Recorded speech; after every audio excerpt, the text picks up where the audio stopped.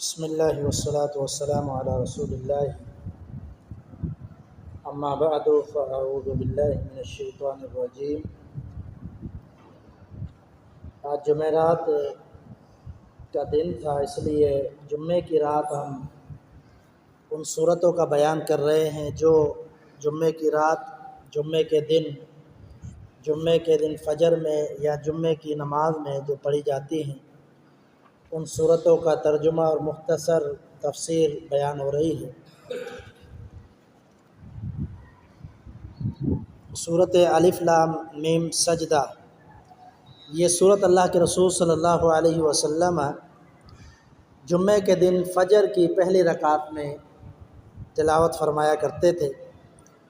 اس کی 7 آیات ہم نے پہلے بیان کی ہیں، آج 8ویں آیت سے 2-3 آیتیں سنا دیتے ہیں۔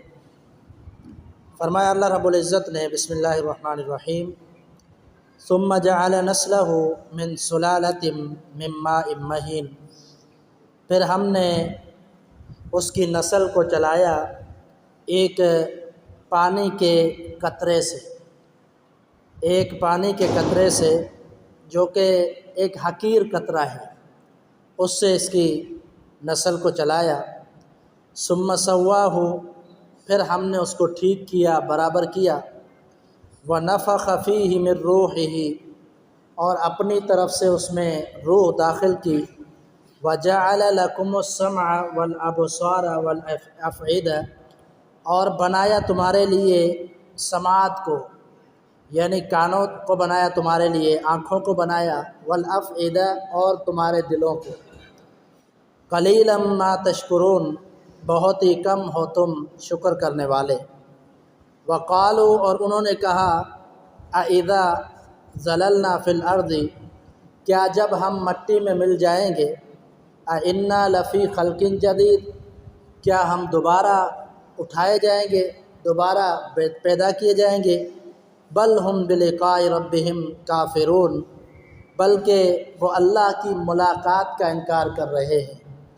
قل یتوفاکم ملک الموت الذی، آپ کہہ دیجئے کہ تمہیں فوت کرنے والا فرشتہ ملک الموت جس کو مقرر کیا گیا ہے، ثم الی ربکم، وہ فوت کرے گا، مارے گا، ثم الی ربکم ترجعون، پھر تم اپنے رب کی طرف لوٹو گے۔ یہ چند آیات ہیں جن کے اندر اللہ رب العزت نے اپنی قدرت کا تذکرہ کیا ہے کہ اللہ تعالیٰ نے پیدا کیا، یہ اللہ تعالیٰ کی بہت بڑی نعمت ہے زندگی۔ اللہ نے انسان کو پیدا کیا اپنی عبادت کے لیے۔ رب العالمین نے فرمایا کہ کچھ بھی نہیں تھا انسان، ایک حقیر قطرہ، اس قطرے کو ہی ہم نے بڑھایا، پھر اس کو گوشت بنایا، پھر اس پہ ہڈیاں بنائی، اس پر گوشت چڑھایا، پھر یہ ماں کے رحم میں ہوتا ہے، پھر رحم سے باہر آتا ہے، پھر یہ کچھ نہیں سمجھتا سوائے پینے کے، اس کو کچھ نہیں آتا۔ اس کے بعد یہ بڑا ہوتا ہے، اس سے بڑا ہوتا ہے، اس سے بڑا ہوتا ہے، پھر جوان ہوتا ہے۔ یہ اللہ رب العزت نے قرآن مجید میں بہت سارے مقام پر انسان کی تخلیق کا تذکرہ کیا ہے۔ اس تذکرے کا مقصد یہ ہے کہ اس رب سے غافل نہ ہو کہ یہ رب وہی رب ہے جس نے تمہیں پیدا کیا، اتنے مراحل سے اللہ نے تمہیں گزارا ہے۔ پھر اللہ رب العزت نے یہ بھی فرمایا کہ اللہ نے تمہیں روح ڈالی، دنیا کے اندر کسی کے اندر طاقت نہیں ہے کہ روح ڈالے۔ آپ دیکھتے ہیں کوئی بندہ مر جائے تو کسی کے اندر جرت نہیں ہے، طاقت نہیں ہے، قوت نہیں ہے کہ اس کو زندہ کر سکے۔ مرنے والے کے ساتھ کیا ہوتا ہے، اس کی روح نکل جاتی ہے۔ اب وہ روح کوئی نہیں لوٹا سکتا، چاہے وہ کتنا بڑا ولی کیوں نہ ہو، نبی ہو، رسول ہو، کوئی بھی روح کو نہیں لوٹا سکتا۔ یہ اللہ رب العالمین کا حکم ہوتا ہے، روح چلی جاتی ہے، اس کے بعد جو ہے انسان مر جاتا ہے اور ختم ہو جاتا ہے۔ فرمایا ہم نے کان دیے، ہم نے آنکھیں دی، ہم نے دل دیا۔ اللہ نے انسان کے جسم کے اہم اجزاء کا تذکرہ فرمایا کہ انسان کے جسم کے اندر جب کان ہے تو وہ سنتا ہے، جب آنکھ ہے تو وہ دیکھتا ہے، جب دل ہے تو دل کے اندر اس کی چاہت پیدا ہوتی ہے، اور دل کے ساتھ ہی پورے جسم کا تعلق ہوتا ہے۔ نبی علیہ السلام کی حدیث ہے، اللہ کے رسول صلی اللہ علیہ وسلم نے فرمایا صبح ہوتی ہے، صبح ہوتے ہی جسم کے پورے اعضاء دل سے کہتے ہیں کہ اگر تو سیدھی رہی تو ہم پورا دن سیدھا رہیں گے، اور اگر تو ٹیڑھی ہو گئی تو ہم پورا دن ٹیڑھا رہیں گے۔ یعنی دل کی چاہت سے انسان گناہ کرتا ہے، اور اگر چاہے تو گناہ سے بچ جائے۔ تو یہ دل ہی جو ہے انسان کے اعضاء کو برائی پر لگاتی ہے۔ تو اللہ نے فرمایا یہ جو انسان کے دل مرکز ہے جسم کا، اسی سے خون کی سپلائی ہوتی ہے، فرمایا یہ بھی ہم نے بنایا ہے۔ یعنی پورا جسم، پوری تخلیق، انسان کے عضو، بہت سارے عضو کا تذکرہ اللہ نے قرآن مجید میں کیا ہے۔ جوڑوں کا بھی تذکرہ ہے، ہڈیوں کا بھی تذکرہ ہے، گوشت کا بھی تذکرہ ہے، نطفے کا بھی تذکرہ ہے، جو تخلیق کی آغاز اور بنیاد ہوتا ہے، اللہ نے اس کا بھی تذکرہ کیا۔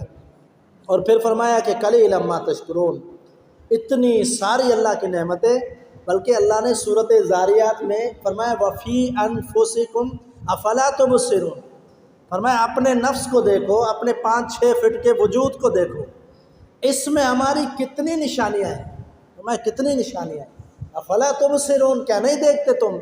اور یہاں پر فرمایا قلیلا ما تشکرون، اتنی نعمتیں تمہارے جسم کے اندر ہے ہماری، پھر بھی بہت ہی کم تم میں سے ہوتے ہیں جو شکر کرتے ہیں، بہت ہی کم۔ یعنی اکثر اللہ کی ناشکری کرتے ہیں۔ اللہ کی عبادت نہ کرنا یہ ناشکری ہے، اللہ کی فرما برداری نہ کرنا یہ ناشکری ہے۔ ضروری نہیں ہے کہ بندہ زبان سے کوئی ناشکری کرے، بلکہ اگر اللہ کے بتائے ہوئے طریقے پر نہیں چلتا یہ بھی ناشکری ہے۔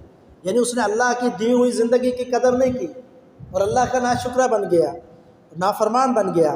اور پھر اگلی 2 آیات کے اندر اللہ رب العالمین نے جو تذکرہ فرمایا ہے وہ بعث بعد الموت ہے۔